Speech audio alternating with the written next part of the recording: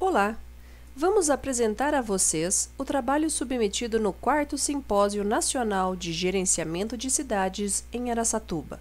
Esta pesquisa foi elaborada pela mestranda Gisele Quinalha, do mestrado em Meio Ambiente e Desenvolvimento Regional da UNOeste, por mim, Juliene Orozco, pesquisadora do Núcleo de Estudos Ambientais e Geoprocessamento da UNOeste, e orientado pela professora doutora Edilene Takenaka, da própria UNOeste também. O nosso tema do nosso trabalho é a economia solidária e a coleta de resíduos recicláveis. Bom, primeiramente, gostaríamos de entender o que é a economia solidária. De acordo com o Ministério do Trabalho e do Emprego, a economia solidária é um jeito diferente de produzir, vender, comprar e trocar o que é preciso para viver, sem explorar os outros, sem querer levar vantagem e sem querer destruir o meio ambiente. É a diversidade de práticas econômicas e sociais, dispostas e configuradas como cooperativas, associações, clubes de trocas, empresas autogestionários, redes de cooperação, entre outros, que realizam atividades de produção de bens, prestação de serviços, finanças solidárias, trocas, comércio justo e consumo solidário. Pois bem, mas como ela funciona? Segundo Pitaguari, em 2010, ele nos coloca que os trabalhadores que aderem à economia e se unem em redes ou cooperativas de produção e comercialização tornam-se proprietários ou sócios dos seus negócios, ao invés de buscar empregos ao salariado em empresas capitalistas. Ou seja, pessoal, essa colaboração entre os operários admite ultrapassar as dificuldades presentes no trabalho autônomo individual e dá a possibilidade dessas atividades sobreviverem frente às competições com empresas assalariadas. No Brasil, a situação ela não é favorável, devido aos altos índices de desemprego, a força de trabalho e a força de trabalho que ela não é absorvida dentro do mercado brasileiro. Por isso, há de reforçar a necessidade de criar mecanismos inovadores de geração de subsídios que superem as práticas atuais. Outra grande preocupação atual é com a questão ambiental. De que forma? Através do aquecimento global, da escassez de água, a volta de doenças como a dengue e as novas influenzas, despontaram diversas fronteiras para a exploração capitalista.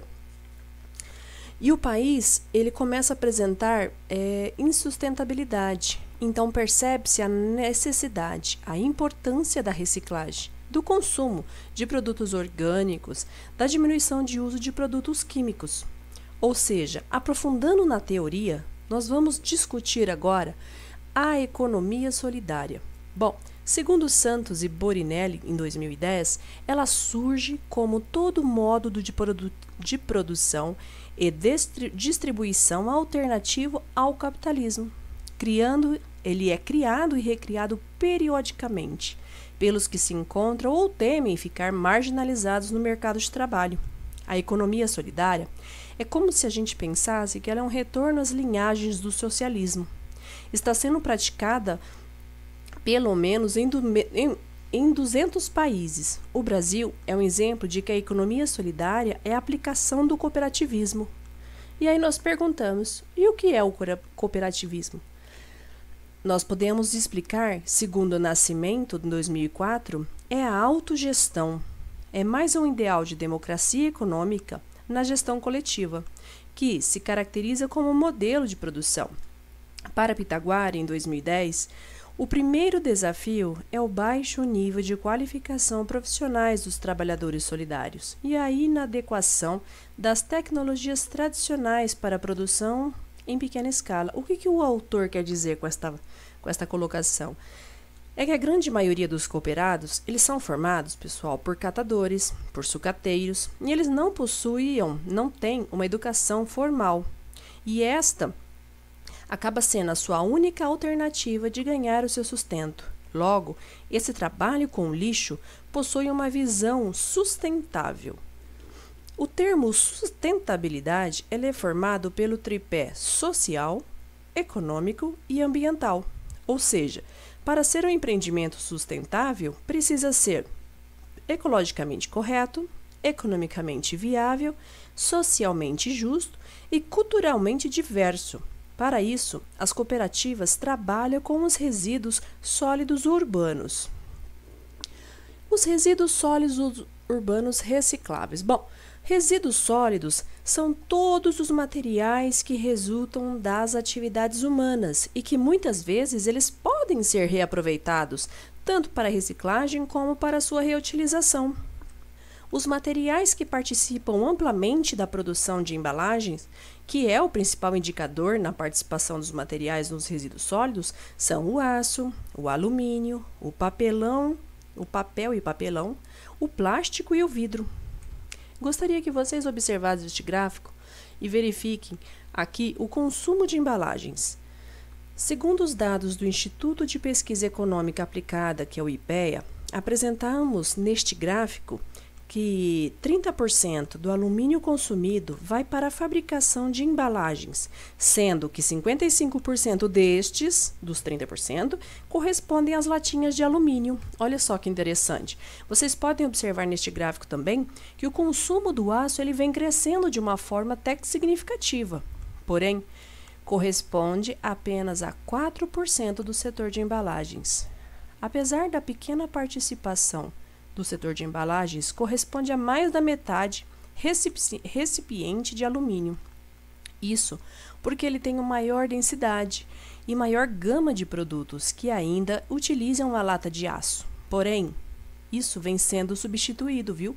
Vai ser substituído por materiais como o alumínio e o plástico.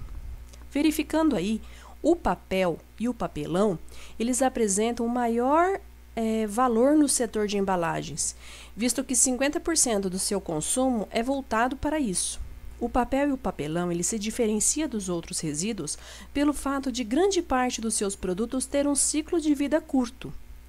Os resíduos já, como o plástico, apresentam as mesmas ordens da grandeza do aço, porém, eles consideram a sua baixa densidade, podendo concluir que o volume de resíduos de embalagem plástica seja bastante superior aos das embalagens de aço. Podemos verificar agora que cerca de 40% do consumo de vidro está voltado para embalagens, porém, a sua participação na reciclagem elas possui uma certa particularidade. Por quê? Devido à sua dificuldade técnica e à possibilidade da sua reutilização. Todos esses itens que eu disse aqui, expliquei a vocês, eles são resíduos provenientes de resíduos domiciliares e de limpeza urbana, através da coleta seletiva. A coleta seletiva, de acordo com o Conselho Nacional do Meio Ambiente, ela tem sido o principal foco da gestão de resíduos sólidos nos últimos anos. A percentagem de cobertura ela vem crescendo consecutivamente. São quase 90% do total de domicílios, isso de áreas urbanas, tá? E apenas 33% ainda de áreas rurais. Neste gráfico, nesta tabela, nós temos uma estimativa de quantidade de material que é recolhido no Brasil, tá? Segundo o CONAMA, com relação à coleta seletiva de materiais recicláveis no período de 2000 e 2008, teve um acréscimo de 120%, apontando municípios que expandem essas atividades, que chegaram a 944, conforme vocês podem observar nesta primeira linha, estando a maioria sempre localizados na região sul, claro, no sudeste. Esse termo, ainda que extraordinário, pessoal, ele ainda não transpõe, olha bem esse dado, ele não transpõe 18% de todos os municípios brasileiros. O acesso aos bens industrializados, eles vêm aumentando consequentemente. Também faz crescer a aparência de resíduos não orgânicos no campesinato. Nessa circunstância, se faz necessário que os governantes aumentem táticas de colheita e tratamento, ainda que não que tenham uma assiduidade menor que aquela realizada em perímetros urbanos, apenas para acolher as residências limitadas em áreas campestres. Uma das essenciais estratégias para a diminuição da quantidade de resíduos jogados nos aterros é a ideia do sistema de coleta seletiva, como esta imagem que está aparecendo a vocês.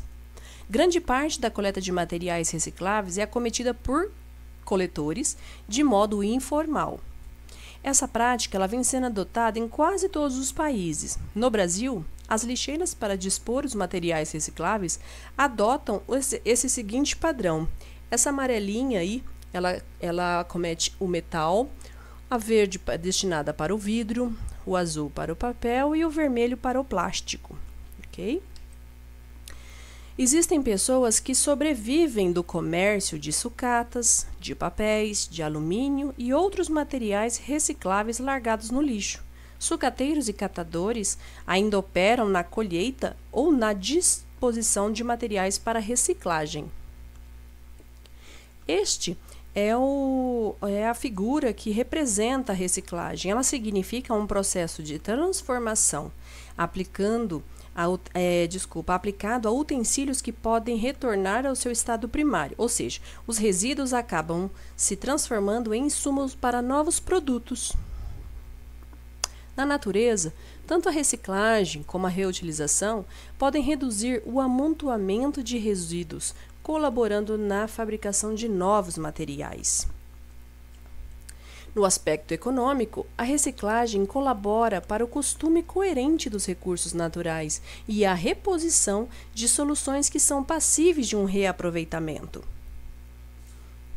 Já no âmbito social, a reciclagem não só melhora a qualidade de vida para os seres através da preservação e das condições ambientais, como também tem providenciado trabalho e lucro para as pessoas que vivem nas camadas mais pobres. Mediante a isto, o objetivo geral do nosso trabalho foi analisar a economia solidária e a sua relação com a coleta de resíduos recicláveis. Os passos para isso foi compreender a economia solidária, identificar quais são os resíduos sólidos recicláveis, verificar como é feita a coleta dos resíduos sólidos recicláveis, entender a relação entre a economia solidária e a coleta de resíduos recicláveis. Como a metodologia deste trabalho foi utilizar um estudo prospectivo, através de revisão literária, que nós utilizamos para obtenção de informações, pesquisas na rede pública de internet, muita leitura, análise e interpretações de livros, periódicos e documentos sobre o tema. E como os resultados, nós entendemos que a relação estabelecida entre a economia solidária com a coleta de resíduos se concretiza através das cooperativas de trabalho de coleta seletiva, que são estratégias adotadas para a redução dos resíduos em aterros sanitários. A principal característica da economia solidária é a democracia. Através da sua autogestão nas cooperativas, sobre esta ótica percebe-se o aumento da sua visibilidade econômica nos últimos tempos. Esses resíduos são recolhidos para um centro de coleta, são classificados, limpos e reprocessados e dispostos para venda à indústria. Dessa forma, a economia solidária, atrelada à coleta de resíduos sólidos, contribui significativamente na criação de postos de trabalho, melhora na qualidade de vida e, principalmente, pessoal, na preservação do meio ambiente. As considerações finais é que, na trajetória desse presente estudo, nós buscamos compreender a relação da economia solidária com as cooperativas de reciclagem de resíduos sólidos. Para isso, nós desenvolvemos um estudo introdutório sobre a economia solidária, que surgiu como uma reação dos trabalhadores às economias praticadas, revelados entre o desemprego e o trabalho assalariado exaustivo e explorador. A economia solidária apresenta-se como um meio para garantir a subsistência e melhorar as condições de vida dos trabalhadores menos favorecidos. Compreendemos, então, o sentido do cooperativismo, da sustentabilidade, da coleta de resíduos sólidos e da reciclagem, e podemos entender que existem grandes desafios e que muito ainda precisa ser realizado. Não podemos perder de vista que formas alternativas de geração de renda estão crescendo, a fim de diminuir as desigualdades sociais. Essas cooperativas, além de minimizar a degradação ambiental, ela tem como principal foco beneficiar a população menos favorecida, que muitas vezes estavam à beira do que da marginalidade.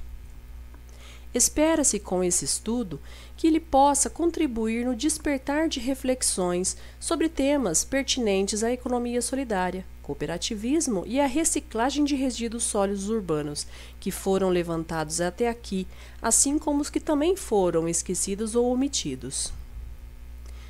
Bom, pessoal, nós agradecemos primeiramente ao 4º Simpósio Nacional do Gerenciamento de Cidades de Araçatuba pela possibilidade de difundir o conhecimento. Agradecemos a nossa casa, que é a Universidade do Oeste Paulista, a UNOeste, ao Núcleo de Pesquisas e Estudos Ambientais e Georreferenciamento, ao Mestrado em Meio Ambiente e Desenvolvimento Regional. Pessoal, até mais. Muito obrigado.